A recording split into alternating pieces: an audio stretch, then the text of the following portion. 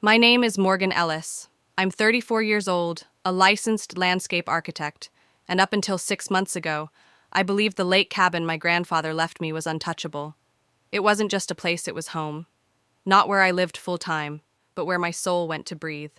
I spent my childhood summers on that land, climbing the pine trees, tracing the lake's edge with my bare feet, and falling asleep to the sound of loons.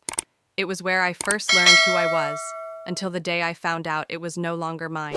The truth came like a sucker punch. My parents sold my cabin without telling me, to pay for my sister Than Ham's $150,000 wedding. I didn't find out from a lawyer, not from my parents, not even from my sister Caroline, the golden child who always got the best of everything without ever lifting a finger. No. I found out when I showed up for a weekend of solitude and found strangers moving furniture into my house. They smiled, thought I was a neighbor. When I told them who I was, the woman said brightly, "Oh, Morgan Ellis. That's funny. We just bought this place from your folks. It's beautiful." And just like that, everything I thought I could count on collapsed. If you've ever had something precious taken from you by the people who should have protected it, if you've ever felt like your voice didn't matter in your own family, I hope you'll stay with me.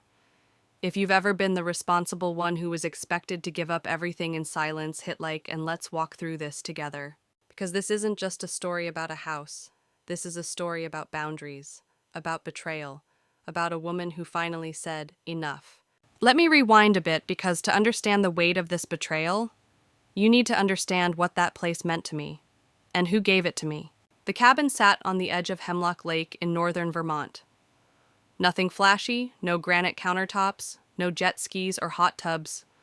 Just cedar planks, a stone fireplace built by hand, and the scent of damp earth and pine needles. It was rustic, sure, but to me it was everything. My grandfather John Ellis built it with his bare hands in the 70s. He always said he wanted a place where no one could lie to you. He used to say that while whittling on the porch pipe between his teeth, staring out at the still water. And he lived by that philosophy, straightforward, steady. You always knew where you stood with Grandpa John. I was closer to him than anyone else in the family. My parents were always busy managing the Caroline show, her recitals, her boyfriends, her crises. But Grandpa. He took the time. He taught me to fish, chop wood, drive a stick shift. He saw me. The summer I turned 28, Grandpa passed away quietly in his sleep. At the reading of the will, I remember my parents looking confused when they heard my name attached to the cabin. Not shared, not sold, left to me outright. The lawyer read it aloud, to my granddaughter Morgan, who understands the value of stillness and sweat-earned peace. I leave the cabin on Hemlock Lake. My mother forced a smile. My father blinked 3 times and cleared his throat. Caroline looked annoyed, like she expected to be gifted something she never once cared about. But I didn't care. I was overwhelmed with gratitude. That cabin was my inheritance, not just in value, but in memory. It was where I went after stressful work, weeks after breakups, after losing my dog. It was where I remembered who I was. So when I arrived 6 years later and saw that moving truck, that stranger's clipboard with my parents' names on it, I froze. Then I opened my banking app and saw 3 failed login attempts to my savings account from an unfamiliar IP address. My hands went cold. This wasn't just a mistake. It was calculated, planned, executed behind my back. And worse, they'd forged my signature to do it. If you've ever uncovered a betrayal that shattered everything you thought was safe, leave a comment below. I want to hear your story too, because you're not alone in this. We're just getting started. My grandfather John Ellis wasn't a loud man. He didn't talk unless he had something to say. But when he did speak, you listened because there was always something grounded, something true in his words. He was a retired park ranger who built that cabin on Hemlock Lake with his own 2 hands back in 1974. He poured cement-laid stone and planed wood every weekend for over 2 years, until it stood simple, solid, and proud. He called it his sanctuary. And one summer when I was maybe 6 or 7, he leaned over his battered canoe and whispered, "This place will be yours someday, Morgan. You see things others don't. You get it." At the time, I didn't understand what he meant. But as I got older, every time I escaped there after a long week of chaos in the city, I started to. The cabin didn't need chandeliers or crown molding. It had something more valuable: peace. When I'd show up on a Friday night, I'd unlock the old wooden door, Breathe in that pine-scented air, and everything, the stress, the pressure, the noise would fall away. Ethan hummed, curl up by the stone fireplace, light a fire, and listen to the frogs by the shore, like I did when I was 10. That was something my parents never understood. To them, everything was about appearances. They lived in a suburban McMansion with quartz countertops, a luxury SUV in the driveway, and a mortgage they pretended didn't stress them out. My mom thought the cabin was quaint, which was her polite way of saying unimpressive. Caroline. She hated it. She came up twice when we were kids, got bored of the bugs and no Wi-Fi, and never returned. But Grandpa, he saw me in a way no one else did. While my parents praised Caroline's every mediocre achievement, her cheer trophies, her drama club solos, I was the kid who made honor roll and didn't even get a nice job. When I won a regional design competition in college, my mom's response was, "Well, let's hope you can turn that into a real job." But Grandpa Jack, he showed up. He framed the newspaper clipping about my award and hung it in the cabin. "That's my girl," he said, thumping my shoulder. That cabin was his way of giving me what the rest of the family never did: validation, respect, legacy. So, when the will was read and the lawyer spoke those words to my granddaughter Morgan, who understands the value of stillness and sweat-earned peace, I cried. Not because I got something, but because he saw me. He knew what that place meant. He trusted me with it. My parents, not so much. My mother smiled tightly and said, "Well, isn't that nice? Morgan always was your favorite." It wasn't a compliment. My father didn't say anything, just looked off into space, probably calculating how much money they just lost by not being able to sell it and split the profits. Caroline crossed her arms and said flatly, "Seriously, I went up there too." Which again wasn't true. She barely lasted a weekend the last time she visited. From that day forward, I kept the cabin just as Grandpa left it. I refinished the floors, replaced the old water heater, kept the dock safe, but I never renovated it beyond recognition. It wasn't supposed to be flashy. It was meant to be real. I even offered to host Thanksgiving there once, but my parents declined. "Too rustic," Mom said. "Nowhere for your sister to get ready." So I stopped asking. They never came to visit, never contributed to upkeep, never even asked about it. That's why what they did, cutting me out, forging my name, and selling the place I loved most for a party, it wasn't just theft. It was a rejection of everything I ever was to them. They didn't just steal my property, they erased me from my own legacy. And now I had to decide, would I stay the quiet daughter who always picked up the pieces, or would I fight not just for the cabin, but for the version of me Grandpa Jack believed in? From as far back as I can remember, our family operated like a solar system with my sister Caroline as the sun, and the rest of us orbiting around her needs, her moods, her endless desires. She wasn't a monster. That would have been easier.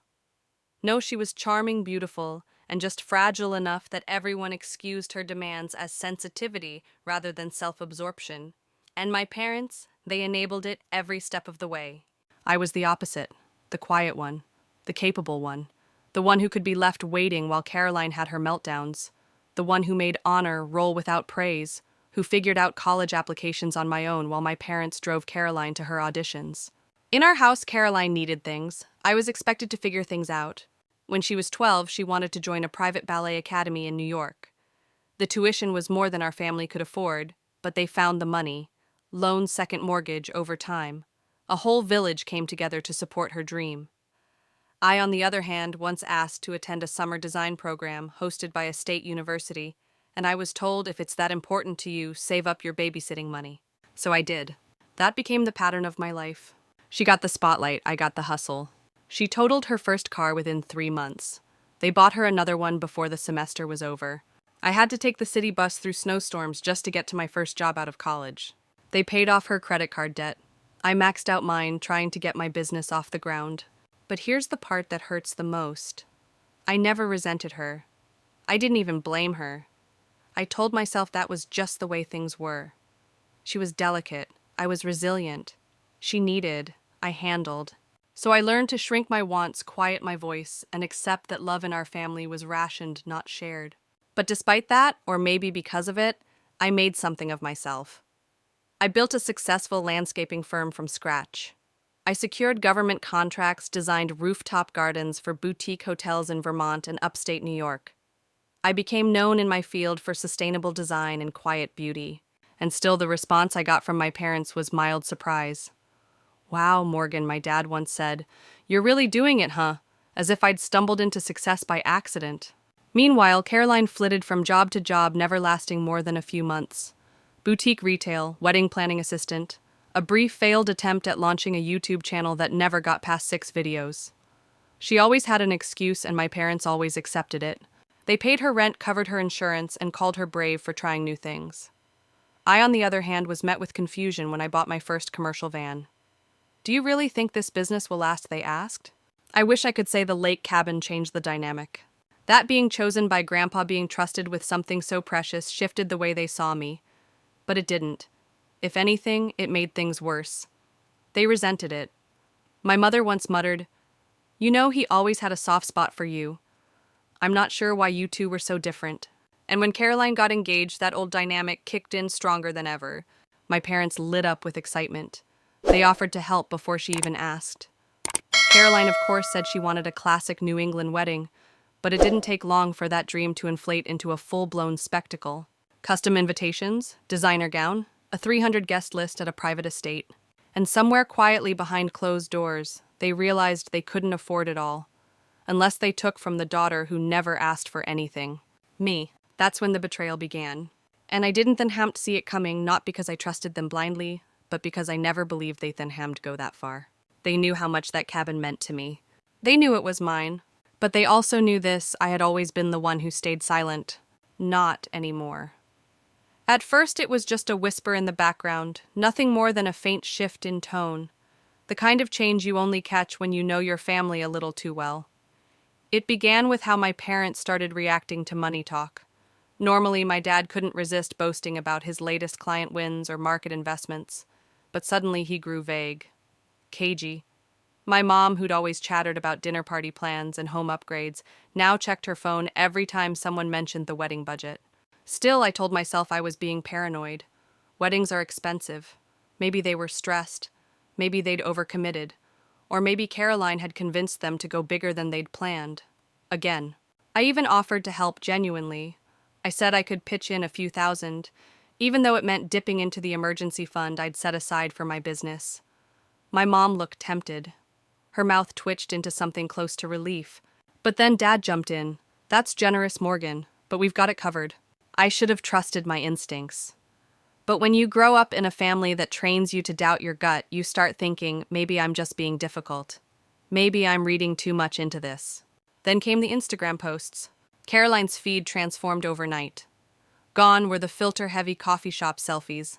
Now she was posting dress fittings at French ateliers, floral mock-ups featuring peonies in winter, and sneak peeks of gold foil calligraphy on imported linen stationery. One picture showed a bracelet I'd never seen before, diamond, clearly custom. The caption, "Early wedding gift from my amazing parents, blessed." Another showed her and James boarding a private flight to tour honeymoon spots in Fiji. Then came the photo of the new BMW convertible, all white leather and glinting chrome. Something borrowed. Something new, she'd written. I felt like I was watching someone else's life. Some influencer I'd never met, but it was Caroline. And I knew exactly who she was, and how she couldn't afford any of it. One night I met up with my best friend Tessa over drinks. I was venting. "Where is all this money coming from?" I asked her. "My parents can't possibly swing $150K wedding, custom jewelry, international flights, and a new car. It doesn't add up." Tessa shrugged. "Maybe James's family is paying." I considered that. James did work at his father's investment firm. But then again, he also had a reputation for maxing out credit cards on designer watches. Generational wealth doesn't always equal financial responsibility. I tried not to obsess. I tried to focus on work on my own projects on the upcoming seasonal redesign of the city's public garden. But the unease followed me everywhere. Until one Sunday, at our usual family dinner, I casually mentioned I'd be heading up to the cabin for the weekend. "Just need to do a little maintenance, make sure everything's winterized," I said, not expecting anything unusual. My mother's fork stopped midair. "Oh, you don't need to worry about that," she said too quickly. "Your father already hired someone to take care of it." I blinked. "What do you mean, who?" Dad didn't look up from his plate. "Just someone new. Ted retired. That caught me off guard. Ted had been watching the cabin since Grandpa passed, checking in, clearing snow off the roof, calling me when anything looked off. I'd spoken to him barely 2 months earlier. He never said a word about retiring. My pulse picked up. Really? He didn't mention that. Dad shrugged, still avoiding my gaze. Guess it was a quick decision. The moment passed, but it lingered in my mind like smoke. The next day I called Ted's number. Straight to voicemail. I tried again that evening. Nothing, not even a ring. By Thursday I was calling from a different number just to see if he was screening my calls. Still dead air. That's when it started to click, not with clarity, but with dread. Something was happening. And for the first time I considered the unthinkable. Not just that my parents were hiding something, but that they were hiding something from me about something that belonged to me. I don't remember much about the drive up to the lake house, just flashes of trees blurring past my window and the tightness in my chest that never went away. It was a Thursday in mid-October, the air crisp, the foliage just past peak. Normally, that road leading to Hemlock Lake felt like a release. But that day, every bend made my stomach twist tighter. Something was wrong. I could feel it in my bones. When I pulled off the main road onto the gravel path, the first thing I noticed was the old wooden sign Grandpa had carved by hand. Ellis Retreat was gone. Just gone. I slammed the brakes, heart pounding. The nails that used to hold it were still in the tree trunk, rusted and bent, but the sign was missing. Then I saw it, a large moving truck parked sideways in the driveway, and people, strangers, carrying furniture out of the cabin. My cabin. I parked and got out slowly, trying to keep my voice steady. "Excuse me, what's going on here?" A woman in her 50s turned around with a surprised but polite smile. "Oh, are you from the neighborhood?" I blinked. "No, I'm Morgan Ellis. This is my property." She and a man beside her exchanged a glance. "I'm Linda Peterson," she said carefully. "And this is my husband, Robert. We bought this place 3 weeks ago." My world tilted sideways. "No," I said, "that's not possible. I never sold this house." Robert, now looking alarmed, jogged over to his car and pulled out a folder. "There must be some mistake. We bought it from Thomas and Elaine Ellis. My parents." I flipped open the folder with trembling fingers. Deed transfer, sale agreement, closing documents. And then, like a punch to the throat, I saw it, my name, my signature. Except, it wasn't mine. Not even close. The loops were off. The slant was wrong. And my name, my identity, had been scrawled by someone who didn't know me at all. "This isn't my signature," I whispered. The Petersons looked horrified. Linda put a hand to her mouth. "We had no idea. The realtor handled everything. It all seemed legitimate." Robert added quickly, "We already sold our old home. We've moved everything. I'm so sorry." I nodded stiffly. "It's not your fault, but I need to speak to my attorney, now." I don't remember walking back to my car. I only remember the heat behind my eyes and the roaring silence of betrayal ringing in my ears. They had actually done it. My parents, my own parents, had forged my signature, stolen my property, and sold the most sacred place in my life, like it was a used lawnmower in a garage sale. And for what? A wedding? A single day. An event I hadn't even been fully involved in. I called Stephanie, my friend and lawyer, before I even left the driveway. By the time I reached her office in Boston later that night, she had already started drafting a legal response. "This is clear-cut fraud," she said, flipping through the photocopies I had scanned to her. "Forgery, property theft, possibly identity theft depending on how they accessed your information. You have a case, Morgan." I stared at her across the table. "What happens next?" She paused. "Well, that depends on you." And just like that, a choice lay before me. I could pursue justice. I could go public. I could even press charges. But it would come at a price. Because this wasn't just business. This was blood. If you've ever been betrayed by someone who shares your last name, someone who knew exactly what they were taking, don't stay silent. Leave a comment. Say it out loud. Because silence is how people like that get away with it. And if this story resonates with you, drop a like. It tells me I'm not the only one who Thun Hams had to fight for what was already mine. The next morning, I woke up on my couch, fully clothed with a stiff neck and a buzzing phone. Dozens of missed calls and texts from my parents lit up the screen. Most were from my mother. "We need to talk. This is a big misunderstanding. Please, Morgan, don't overreact." Overreact? They stole from me. Stephanie and I met again that afternoon. She had already pulled the public records. The cabin had been sold for $285,000, a good $120,000 below market value. The sale had been rushed. Cash payment, No mortgage trail. No questions asked. They moved fast, Stephanie muttered, highlighting timestamps on the documents. Almost like they were trying to beat a deadline. They were, I said bitterly. The wedding's in 3 weeks. Together we compiled everything. The forged signature, the altered documents, the Petersons' contact information and sale record, and worst of all, the notary stamp, completely faked. Stephanie reached out to the notary whose name appeared on the papers. She replied that not only had she never handled the sale, but her stamp had been reported missing a month ago. It was now crystal clear this wasn't some administrative error. This was a crime. Over the following days, I reached out to everyone who could help build the case. Dorothy, the Petersons' neighbor, agreed to write a statement. Your father said something at the general store, she recalled. He told the clerk they had to move fast before you found out.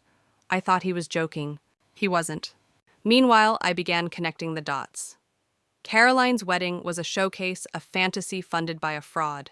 Every expense, every gift, every shimmering Instagram post was paid for with stolen money. My inheritance, my legacy.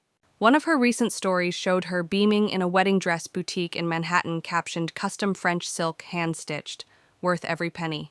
The timestamp matched a $15,000 cash withdrawal from my parents' bank account days after the property closed. Every week a new post unveiled something lavish. Gold-foiled wedding invites, custom perfume for guests, a string quartet auditioning for the reception. It was like watching someone torch your favorite book 1 page at a time, then dance in the ashes. I started cataloging everything. Screenshots, bank timelines, emails, property records. Stephanie called it building the wall, a legal fortress. She looked me in the eye after reviewing the full file. You have a rock-solid fraud case. You could press charges and likely win. But if we go criminal, the DA takes over. And your parents, they won't just pay a fine. They could face jail time. I nodded slowly. I know. She hesitated. Is that what you want? I sat with the question for a long time. Part of me wanted to bury them, wanted to watch them squirm in a courtroom, wanted them to know publicly and painfully that they couldn't just take things from me anymore. But another part, the part Grandpa raised, knew this wasn't just about revenge. It was about making them face what they'd done, not destroying them, exposing them. Not yet, I said finally, not before the wedding. Stephanie blinked. Seriously? If I move now, I explained, they'll spin it. They'll say I'm jealous that I'm trying to ruin Caroline's big day. The family will rally to protect her. I'll be the villain in their narrative. But if you wait, I leaned back in the chair, exhaustion settling into my bones. If I wait, they'll have nowhere left to hide. 3 days later, I stood inside the ballroom of the Westbury Grand, surrounded by white orchids, candlelight, and a soundtrack of string quartets echoing off the chandeliers. It was Caroline's engagement party, the first of many over-the-top events leading up to the wedding. And I was in the middle of it, pretending not to suffocate. The ballroom shimmered like something from a bridal magazine, custom ice sculptures, waiters in tuxedos serving flutes of imported champagne, and a multi-tiered dessert table that could feed 100 people. I recognized the gold-embossed monogrammed napkins from her Instagram stories. I also recognized the $8,000 floral arrangements she'd tagged last week paid for with my inheritance. As I wandered through the room, people kept stopping me. Your sister looks stunning tonight. What a lovely party. Your parents really went all out. You're so lucky to have such a generous family. I smiled tightly, nodded, pretended. My jaw ached from clenching. Then I spotted my parents across the room laughing with the wedding planner who was flipping through what looked like mock-ups of fireworks displays. I slipped behind a tall floral centerpiece to eavesdrop. The fireworks display will add 20 grand, the planner said sweetly, but the photos will be spectacular. My mother's eyes lit up. Caroline's worth it. My father hesitated, then muttered, the house money covered the big things. This'll go on the line of credit. The house money. They weren't even trying to hide it. Before I could move, Caroline clinked her glass with a spoon. Everyone she chirped from the small stage. Can I have your attention for a moment? People turned toward her. James stood at her side, all polished charm. Caroline beamed. We just want to thank everyone for being here tonight. It means so much to us, she began. And we especially want to thank our amazing parents who are making our dream wedding possible.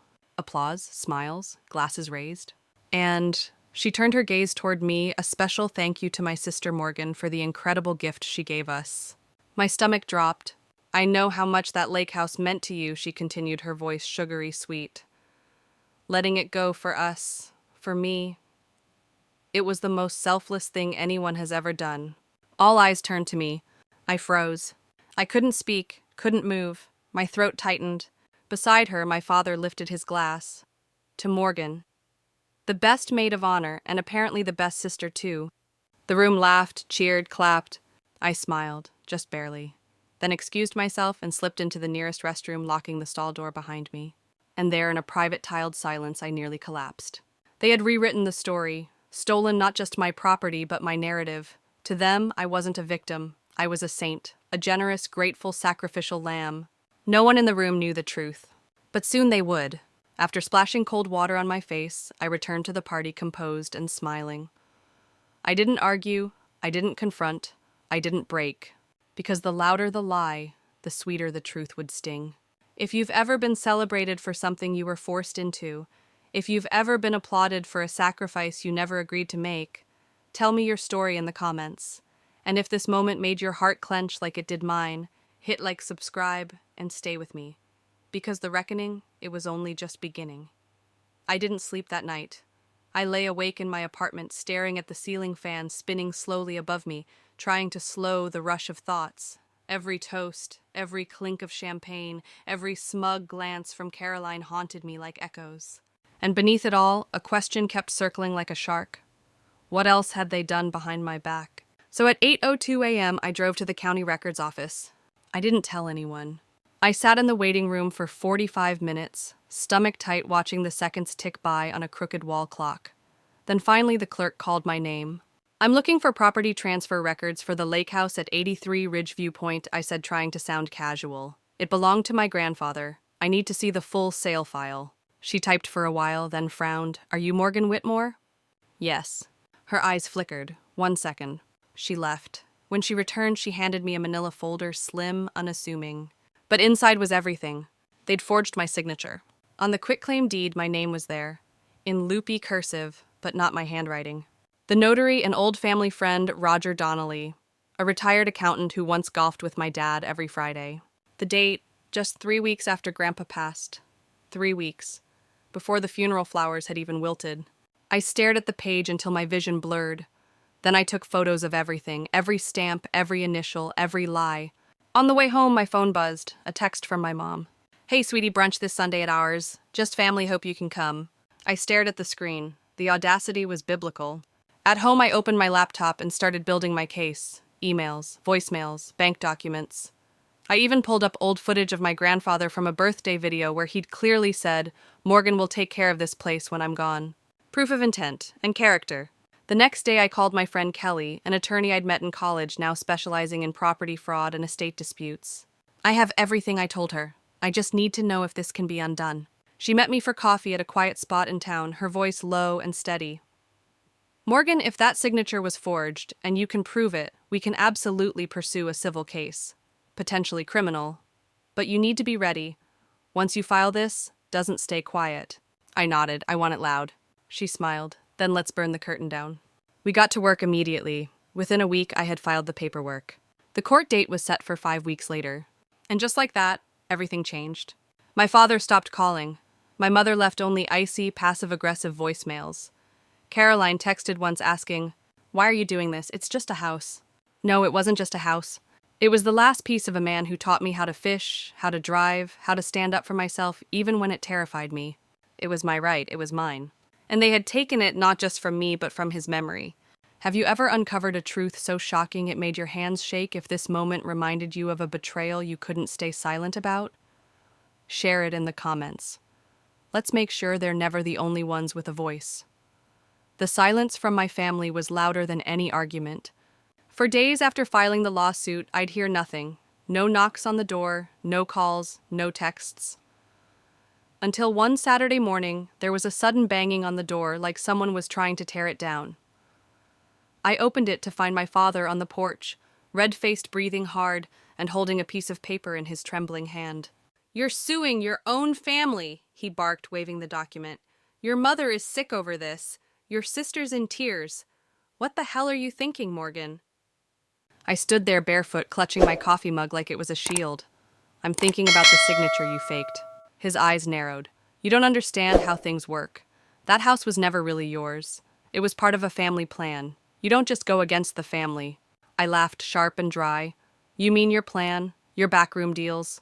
You used Roger to notarize a forged signature and handed my inheritance to the daughter who's never held a job longer than a summer. He took a step closer. Don't forget who raised you. I haven't, I said coldly. That's exactly why I filed. He stood there breathing heavy, staring at me like he didn't recognize me anymore. But I didn't budge. Not this time. Not anymore. That night I got a call from Caroline. I didn't know Morgan. I didn't know the signature was fake. I could hear the quiver in her voice. Maybe it was guilt. Maybe it was fear. But I didn't let up. You signed off on the sale. You held the keys in your hand. And you never once asked how I felt, did you? She sniffled. I thought you'd be okay. You always are. You have your job, your own place. I thought maybe you didn't even want the lake house. I wanted to scream. Instead, I said, you thought wrong. The court case started a month later. I sat in that courtroom across from the people I once called my safe place, and every glance felt like a knife. My mother couldn't even look at me. My dad sat there, smug arms crossed. Caroline wore a black blazer and tears. But I had Kelly, and I had the truth. We presented the forged signature. We brought in a handwriting expert. Kelly even called the notary Roger to testify. He cracked in 10 minutes. I notarized the document as a favor he admitted. I didn't see Morgan sign it, but I trusted her father. We've been friends a long time. That was it. The courtroom gasped. Even the judge leaned forward. My family's case unraveled in less than 3 days. And on the 4th the ruling came in, the sale was deemed fraudulent. The deed was nullified. The lake house was returned to me. I walked out of that courthouse documents in hand tears in my eyes, and for the first time in months, I could breathe. If you've ever stood alone in a room full of people who once loved you fighting for what was right, just know you're not alone. Sometimes standing up for yourself means standing apart from everyone else, and still standing anyway. If you've been here before, drop a comment below. And if this story touched something inside you, maybe now's the time to hit that subscribe button. Not just for me, but for every voice that Thanham's ever been silenced. The lake house was mine again, but it didn't feel like a victory. Not yet. I remember walking up the porch steps, keys in hand, the wood creaking beneath me, just like it used to when I was 16. Everything looked the same, but it felt hollow, like I was standing in the shell of a memory, not a home. The lake shimmered beyond the dock, peaceful, untouched by the chaos that had surrounded it for months. But my mind wasn't calm. I unlocked the door. The scent of old cedar and summer rain hit me instantly. It should have been comforting. But all I could think about was how they had slept here, my parents, my sister, and her fiancé, like it belonged to them. Like I was just a ghost haunting my own childhood. Inside the place was almost spotless. Caroline had hired cleaners after the court ruling.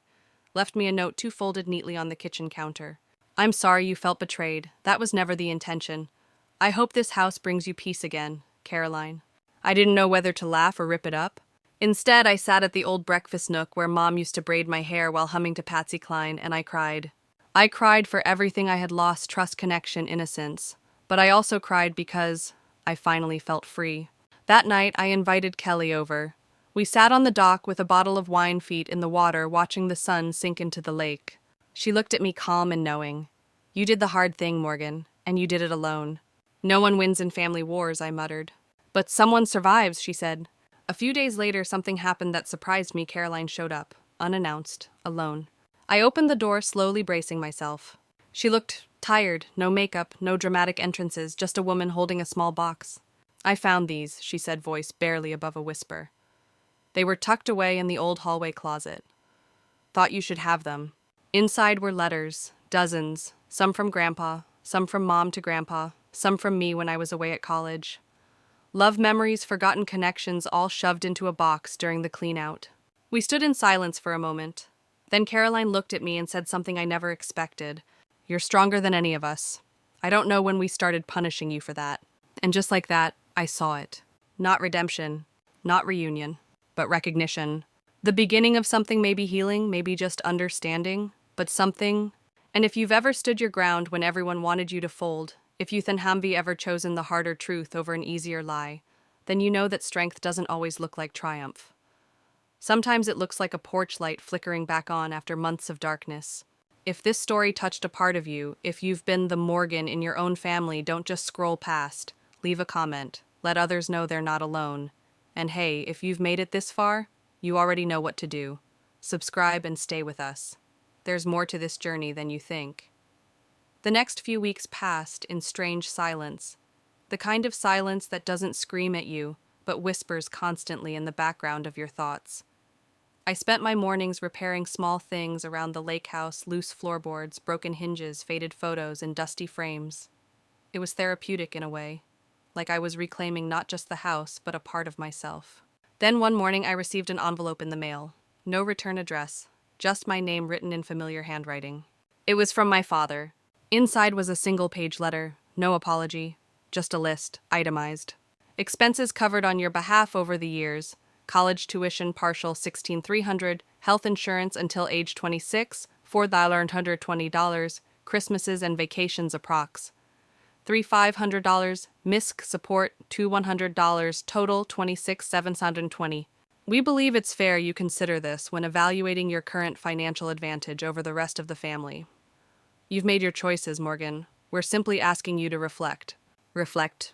He was asking me to reflect. After they lied, took my inheritance, tried to erase my name from my own legacy, and then had the audacity to tally up every moment of basic parental responsibility, like it was a bill.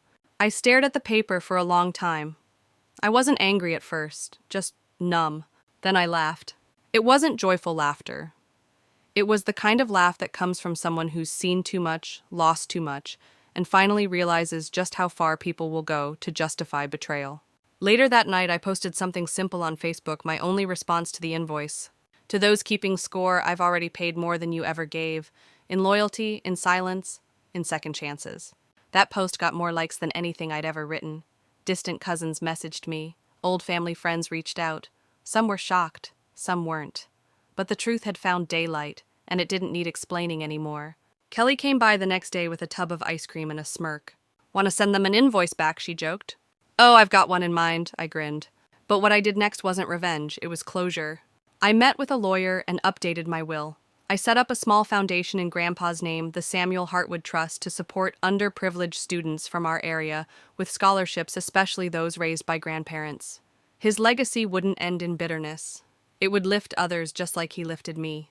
And most importantly, I put one clause in the will. No beneficiary may have at any point attempted to alter or coerce the ownership of the Hartwood Lake House without consent.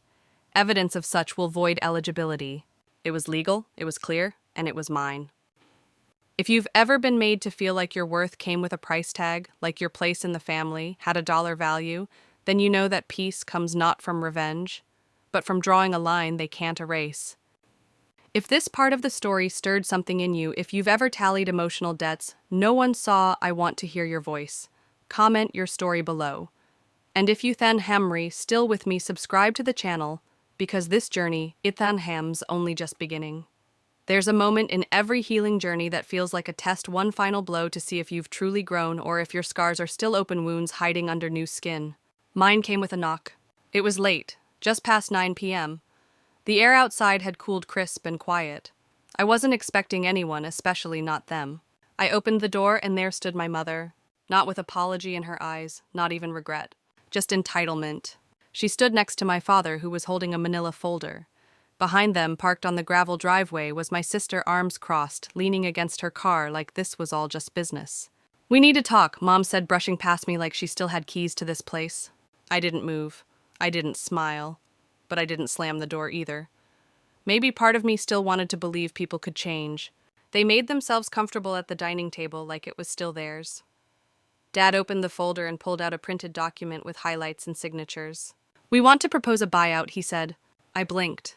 You want to buy, what, my house? Kelly, who had been in the kitchen making tea, froze. Her eyes shot toward me. I shook my head subtly. My sister finally spoke. We're willing to offer $180,000 for the lake house. It's fair. You're single. You don't need all this space. Mom and Dad could use the quiet. And we'll add an extra 10 grand if you agree tonight. I looked at the document again. That was their plan. They wanted me out legally this time. No sneaky paperwork. No hidden renovations. Just pressure, money, tactics they thought would tempt me. I stared out the window behind them. The lake shimmered in the moonlight, just like the night Grandpa passed. This house wasn't made of wood and drywall. It was made of memory of legacy of every sacrifice Grandpa made for me. I turned back to them and smiled, not because I was happy, but because I was done playing small. You really think I'd sell my grandfather's home to the people who tried to erase me from his will? Dad leaned forward. You can be reasonable, Morgan. I said, standing up. I'm being more reasonable than you deserve. Then I walked to the door and opened it wide. You have 5 minutes. After that, I call the sheriff for trespassing. For the first time, they looked stunned. Not angry, not condescending, just stunned. They left without another word. But my sister... She paused in the doorway. Her expression softened for a fraction of a second. I didn't think you'd fight back, she said. I learned from the best, I replied. But I learned better. She got in the car. They drove off into the dark. I didn't watch long, because I knew this wasn't the end of the storm. This was just the eye of it. And yet I felt calm. 'Cause finally I wasn't scared of the storm anymore. Have you ever faced a moment where your family expected you to fold to bend to what was reasonable, even when it meant abandoning your truth? Share your turning point below. I'll be reading every word. And if this moment reminded you of your own battle to protect what's yours, I'd love for you to stay with me. Hit that subscribe button, and let's walk this road together.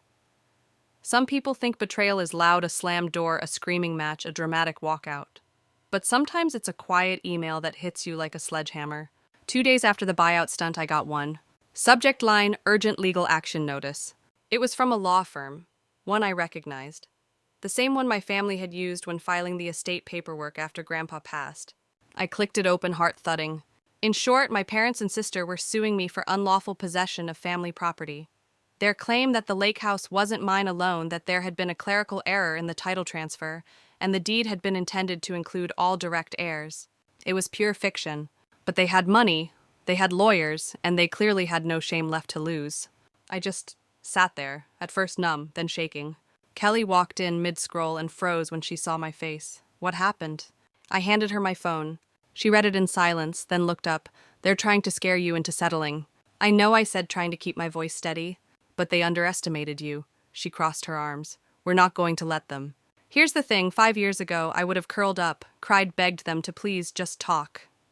But now I called my own attorney, a good one. Someone who knew my family's history, who had the full documentation of the will, the signed transfer, every shred of proof that the house was mine by law and by legacy. We responded swiftly. Not just a denial, but a motion to dismiss, plus a countersuit for harassment and malicious intent. It wasn't about revenge. It was about standing my ground. And standing it hard. But what broke me wasn't the lawsuit. It was the response. A week later, they filed a restraining order against me.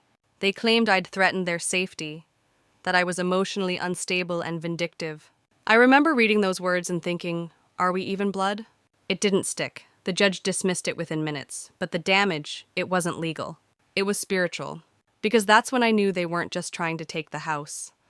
They were trying to erase me from the family tree, from Grandpa's memory, from every root I'd grown in the soil of that land. That night, I sat on the porch steps staring at the lake and whispered out loud, I don't owe them another ounce of my peace. The wind rustled the pine trees like they were nodding in agreement. And deep down I started to understand, this wasn't war, this was a rebirth. A painful, flaming courtroom-sized rebirth. But I wasn't alone anymore. Not in spirit, not in fight. And I was done backing down. Have you ever been dragged through a lie so twisted, so manipulative, that it made you question your own reality? If that hit home, don't keep it inside. Drop a comment, even just one line, because your story deserves to be seen. And if you're walking through your own storm right now, don't disappear. Stay with me. Hit that subscribe button. This isn't the end. It's where we rise. The first court hearing landed on a gray, rainy Monday morning. As I stood outside the courthouse watching drops gather on the courthouse steps, my lawyer, Tessa Grant, adjusted her coat and gave me a nod. You ready? I wasn't, but I said yes anyway. Inside, it felt colder. Not just from the AC or the marble floors, but from the glares that cut across the aisle. My parents sat behind their counsel shoulders, straight lips pursed. Melissa sat between them in an expensive blazer I knew she couldn't afford without my parents' help. She didn't look at me, not once. But I looked at them, and for the first time in my life I didn't feel small. I felt like the storm they didn't see coming. The judge was a woman in her 60s, with a stare that made both sides sit up straighter. The moment our side presented Grandpa's will signed, notarized, and witnessed her eyebrows twitched. Then we added the title transfer paperwork, the recorded deed, the confirmation from the county office. On the second day, they played their card. Their lawyer claimed intentional exclusion, saying Grandpa was mentally compromised and that I'd manipulated him near the end of his life. That was a punch to the gut. But then Tessa played ours. She brought in Mr. Grady, my grandfather's old fishing buddy, who had been there the day he signed the will. He took the stand with his weathered hands folded over the Bible. "Did Henry Whittaker ever mention being forced or confused about his wishes?" the judge asked him. Grady laughed. "Ma'am, Henry was clearer than the water off that dock. He told me word for word, 'That house is for Caleb. He's the only one who ever saw me, not my money.'" You could feel the air shift. For a brief moment I glanced at Melissa. Her knuckles were white on the bench. She didn't speak, but I saw her throat tighten like she wanted to scream. The judge recessed for the day, saying she needed time to review. I walked out slow, steady, and when I stepped into the parking lot, the clouds had cleared. Now let me be honest, just because the law is on your side doesn't mean the wounds disappear. That night, I got a text from an unknown number. Just 2 words, "You won't." I didn't respond. Because I knew they were right. In one way, I might win the case, but I'd already lost the family I thought I had. And I had to mourn that. Not just the loss of people, but the loss of the dream that one day they'd see me, choose me, love me unconditionally. That fantasy was dead. And in its place, a quiet clarity, a fierce kind of peace. The kind you only earn after walking through fire and realizing the only person you ever truly needed approval from was yourself. If you've ever had to sit in a room and watch the people who raised you lie through their teeth, tell me, how did you survive it? I want to hear your story, not for clicks, but because when we speak up, we stop bleeding silently. If this part of my journey has stirred something in you, subscribe. I've got more to share. We're not done healing. Not yet. The final ruling came on a Friday afternoon. I was sitting in the courtroom, hands folded in my lap, watching the judge sort through her papers. Tessa leaned in and whispered, "You've already won, Caleb. Whatever she says, your grandfather made his choice." Still, my chest tightened. The courtroom was nearly silent. My parents sat like statues, Melissa beside them in her perfectly pressed blazer, eyes fixed on the bench. For once, none of them looked smug. They looked nervous. The judge cleared her throat. In reviewing the evidence presented to this court, including the authenticated will, the deed transfer witness statements, and verified mental health evaluations from Dr. Franklin, I find no legal grounds to challenge the will of the late Henry Whittaker. I didn't breathe, she continued. Therefore, ownership of the property in question is to remain with the rightful heir as designated Mr. Caleb Whittaker. Case dismissed. I exhaled. The sound of the gavel striking the bench echoed like thunder in my chest. For a moment, no one moved. Then Melissa stood up. Her heels clicked violently on the polished floor as she stormed out. My mother didn't even follow her. She just sat there staring at the table like it had betrayed her. My father's face was frozen in something between rage and shame. And I stood, tall, calm, whole. Outside, the air was warm, the sun was out. The clouds had broken weeks ago, but now they felt gone for good. I didn't smile. Not yet. I just breathed. When I got back to the lake house, the one my grandfather left me, the one I had nearly lost, I walked through every room. I ran my fingers along the window frames, the kitchen counter, the bookshelf in the den he built himself. And then I sat on the porch. The dock stretched out into the still water just like I remembered as a kid. I remembered sitting there after he passed, wondering if grief would ever stop feeling so jagged. It hadn't stopped, but it had changed. It had softened. Now it wasn't just pain. It was legacy. It was love remembered in silence. That night, I took out a pen and wrote a letter. Not to them, to myself. Dear Caleb, you did it. Not just the legal fight you fought for your voice, your truth, your place in the story. They tried to erase you, but you stayed. You stood.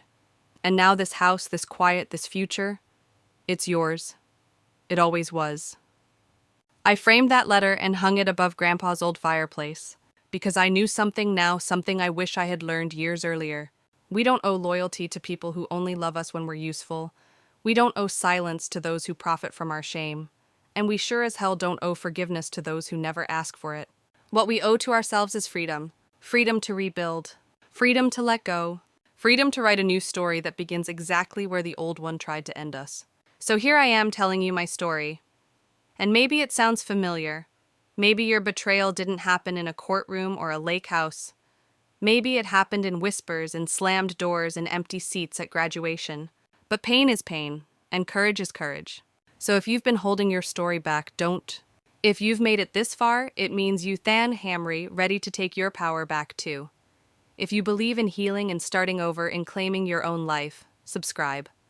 Leave a comment. Share this with someone who than Ham's still walking through their storm. Let's remind each other we don't just survive, we rebuild. And some houses, some hearts are stronger than anything money can buy. Some stories end with a door slamming shut. Mine ended with one opening wide, quiet, and full of light. That lake house isn't just wood and pain anymore. It's a symbol of truth that wouldn't stay buried, of love that didn't need to be loud to be real, of a man, my grandfather, who saw through the noise and left behind not just a home, but a message. You matter, even if they never say it, even if they try to take it away, you matter. It took losing my family to learn how to choose myself. And maybe that's what healing really is, not pretending the pain didn't happen, but knowing it no longer owns you. Today I host summer camps for kids on this land, ones who never had a place that felt safe. I teach them how to fish just like Grandpa taught me. I tell them, you don't have to be what they called you. You get to become who you are. So if you're watching this and wondering if it's too late, if the damage runs too deep, let me be the one to say no, it's not. You are not too broken to rebuild. Your story can still end with peace. Mine did. And if I could survive betrayal, rebuild from nothing, and still find the sun again, so can you. Stay with me. This channel isn't just stories. It's survival, it's truth, it's us choosing freedom one story at a time.